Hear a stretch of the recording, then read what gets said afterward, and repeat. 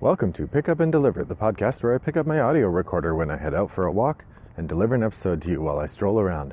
I'm Brendan Riley.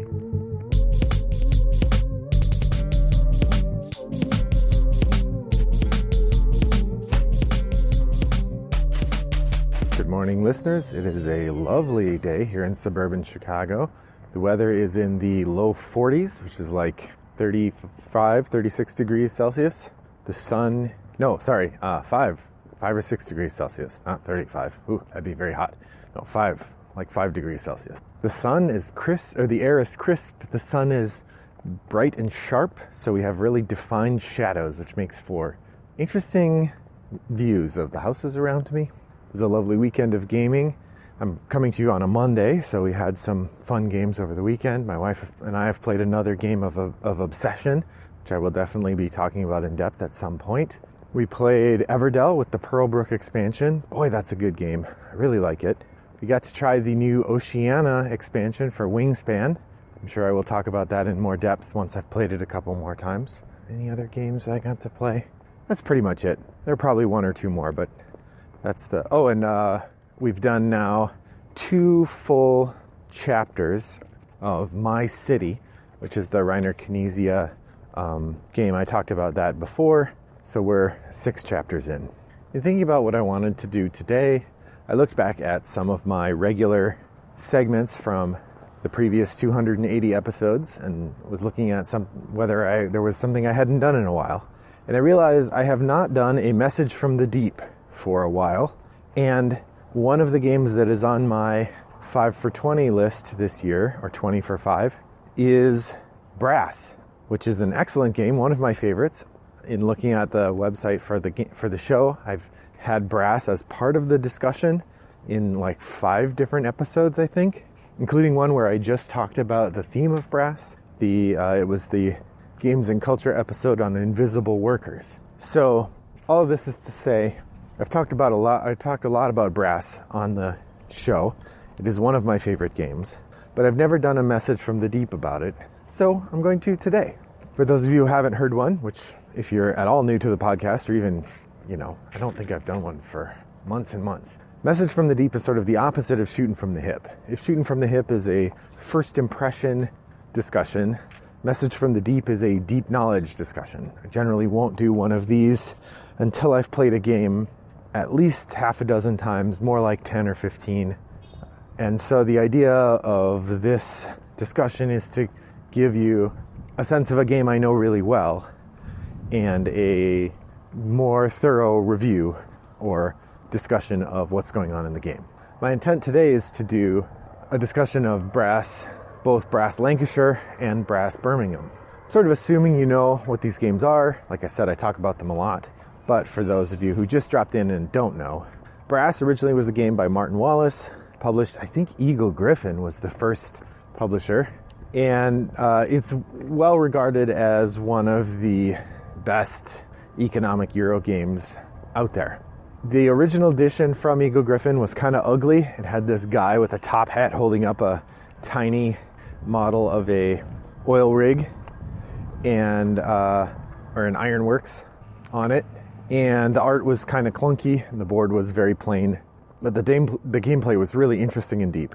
And then about 3 years ago now, I think it's about 3 years, Roxley Games acquired the rights to Brass, which was at that time out of print, and did a graphical overhaul, working with, I think, Mr. Cuddington to do the art, and new graphic design.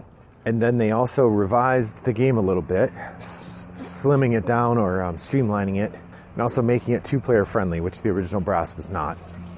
And then they released an updated game that was similar to Brass, but introduced some new mechanisms.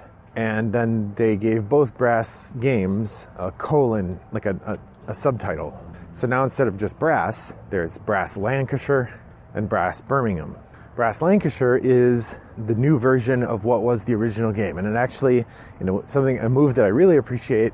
It comes with all the components and the rules necessary to play the original Brass game as it was created. Obviously, you're playing with the new art and the new cards, but the gameplay, if you want to go back to the older version, you can. I don't see much need, having played both. I think the new one is better, the new version of Brass Lancashire. But it does keep a couple of the key elements that did not make it into Brass Birmingham. And as such, I think it's worth exploring both. So what I'm going to talk about today is these two games. This is an in-depth review talking about how they work, what I like about them, what I don't like about them, which isn't much, frankly, and what you might expect to get if you play them. We'll start with Brass Lancashire. This is the game I have a little less experience with. It's not quite as favored as Brass Birmingham, although the new Brass Lancashire cover is so beautiful that I can't believe more people don't want to play it just to be around there. It's got this cool, dark-looking art, and the guy on the cover, it's the man with the top hat, the same guy from the previous game, holding a miniature model of an ironworks in his hand. It's just really cool looking art rather than ugly art.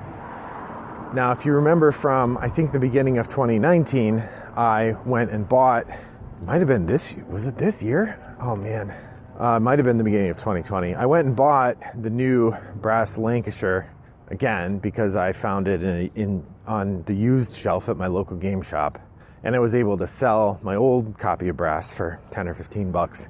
So it made my investment in the new one not that expensive and well worth it because it looks beautiful and it matches the other one. So glad to have both since these are top shelf games for me. So both games have a couple things in common. First off, the game is always played in two parts. There is a canal era and a rail era. The canal era is the construction. It's the beginning of the industrial age, back before railroads were a thing, when canals were used for moving goods around England. So in that initial game, you are digging canals as part of the game. You're building these networks of canals that allow you to move goods from factory to port. And then you have these tiles that are different kinds of factories. In Lancashire, the types of factories that you have are very limited. There's cotton and maybe just cotton? There's cotton and iron and coal. And the idea of the game is that you are making and selling this cotton to the overseas cotton trade. There is a limited amount of desire for that cotton trade, and the value of your cotton goes down as more people sell. So there's an interesting mechanism in the game where you're sort of racing to build your factories and sell before the value of the cotton drops down to the point where no one wants it anymore. The game also involves building coal mines and building ironworks, which are then used to advance these other technologies. Now, at the heart of the game is the network building and building these industries.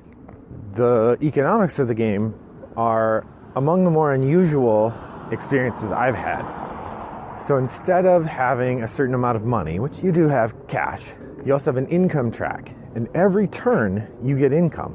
So you take a turn, your opponents each take a turn, and then everyone gets income. Then you go again.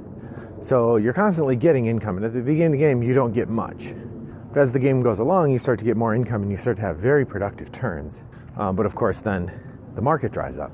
So the way the game works is that you have these different factories that you build, and when you build them, they have a certain amount of capacity.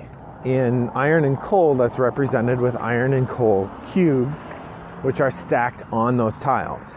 In terms of cotton, that's represented just by the very fact of the cotton factory that you've built. You build the cotton factory, you put it down on the board, and you have the cotton now, but you haven't sold it. Then there's a separate action you can take where you sell the cotton. And when you do that, you have to have your network that you've been building of canals connected to a seaport, which would allow you to sell your cotton on the cotton market. At the beginning of the game, the cotton market starts at, I think, a value of 3, and then it's got this progression, this track that'll go down where eventually cotton is not worth anything and you can't sell anymore. So there's a race element to it in terms of how much cotton you're able to sell before the market bottoms out. When you sell, you flip your tile over and then your income goes up by that amount. So the game is representing, and when other people build things with iron or coal, if your iron or coal is connected to where they're building, they have to use that. Well, iron is different. I mean, it's a very finicky game in that way. Now, Brass Birmingham follows a lot of the same rules. It's got the same technology development cycle and the same cycle of increasing your income every turn. It also has loans, which the original game has as well. And loans are interesting in that, unlike a lot of games where you have to save up money to pay back loans, in this game, when you take out a loan, it just reduces your income a little bit. So say you have an income of £10 per turn, but you really need some cash right now. You could take £30 in loans, but then it reduces your income 3 steps on the income track. So your income may go from 10 to 7 or 6. And now your income is permanently 6, but you don't have to pay back that loan or anything. The cost of the payback of the loan is built into this altered income. It makes for... I actually really like the loans in this game because you can spend them, you don't have to worry about paying them back. The other element that controls how you interact in the game are the cards. Each player starts with 8 cards, and every turn you're going to play 2 cards. Each card allows you to do something. You can either build a thing, the card either depicts a thing or a place. If it depicts a place, then you're allowed to build a thing in that place. So if I have the card for Lancashire, and on the space in Lancashire there's a spot for a coal mine, I can play the Lancashire card and build a coal mine there. Alternately, if I have a canal connected to Lancashire, I could play a coal mine card and build a coal mine in Lancashire. So the game gives you a fair amount of variety with your cards, flexibility. You can also use any card to do things like building a canal or increasing your technology or taking a loan.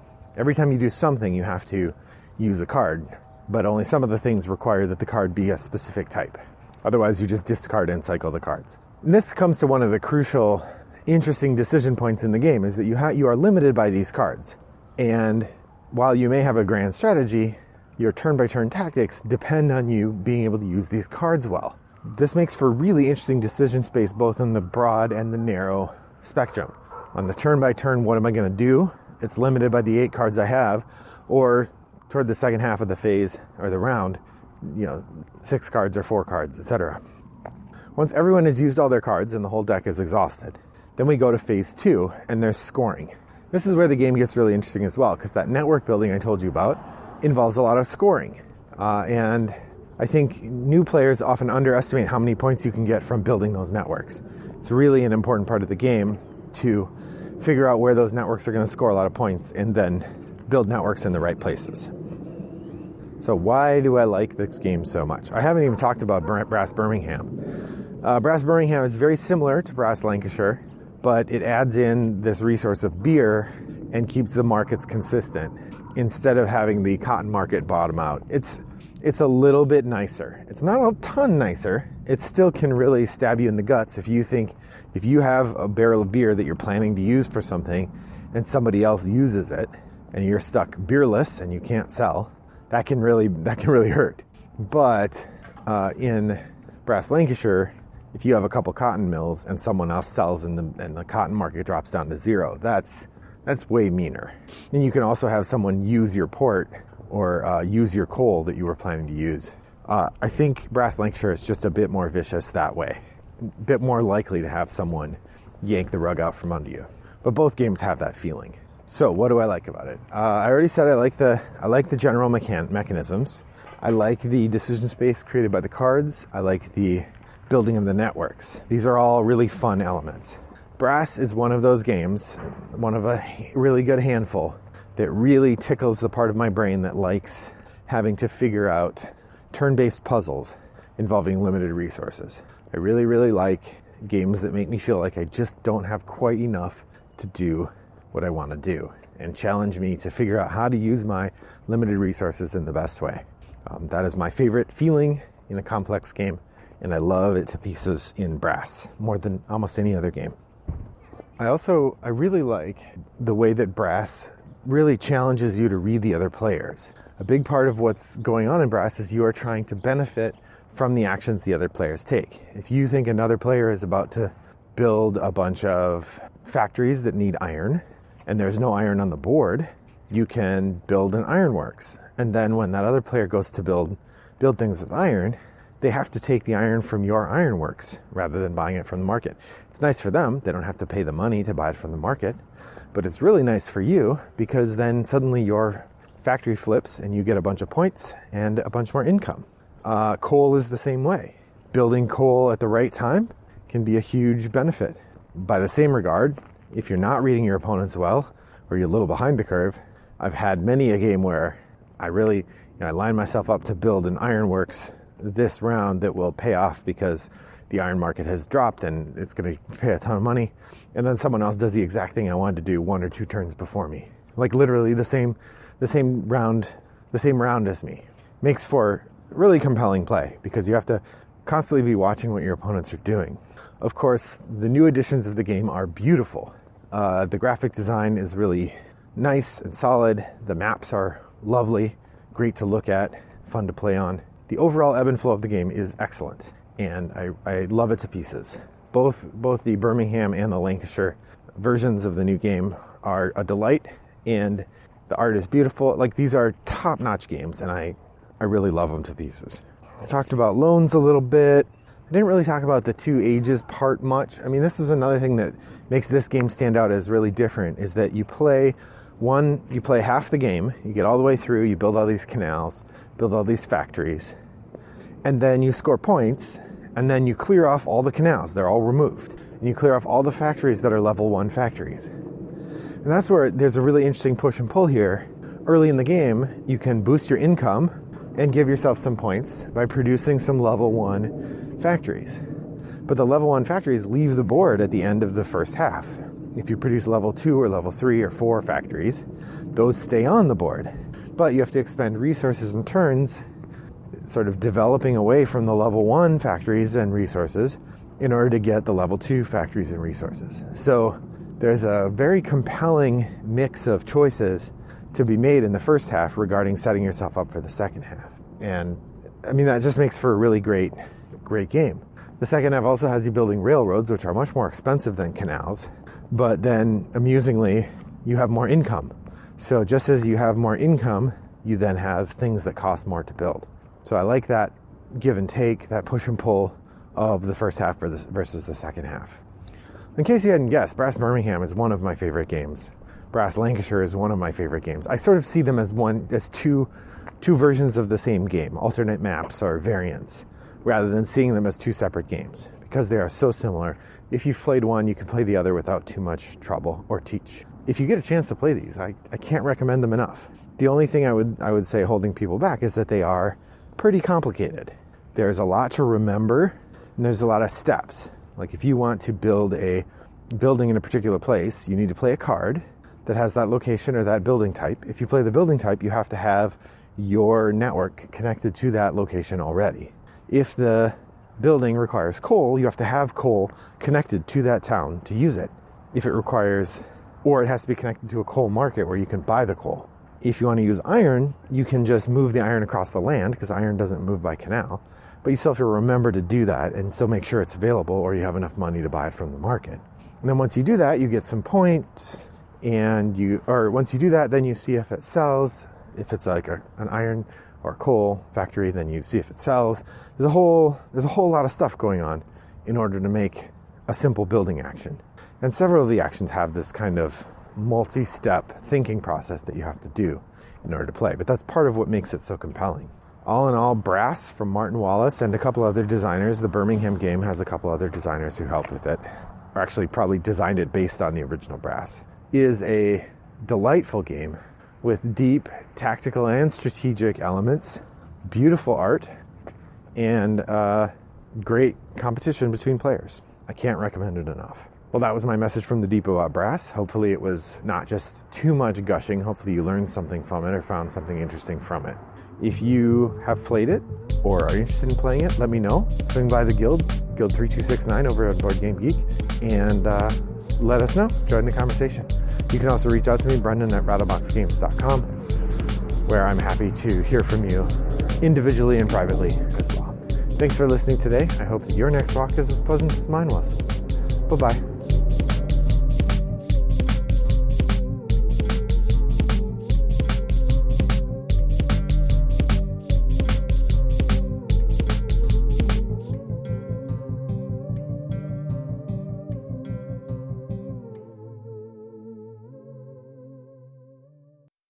Brought to you by Rattlebox Games.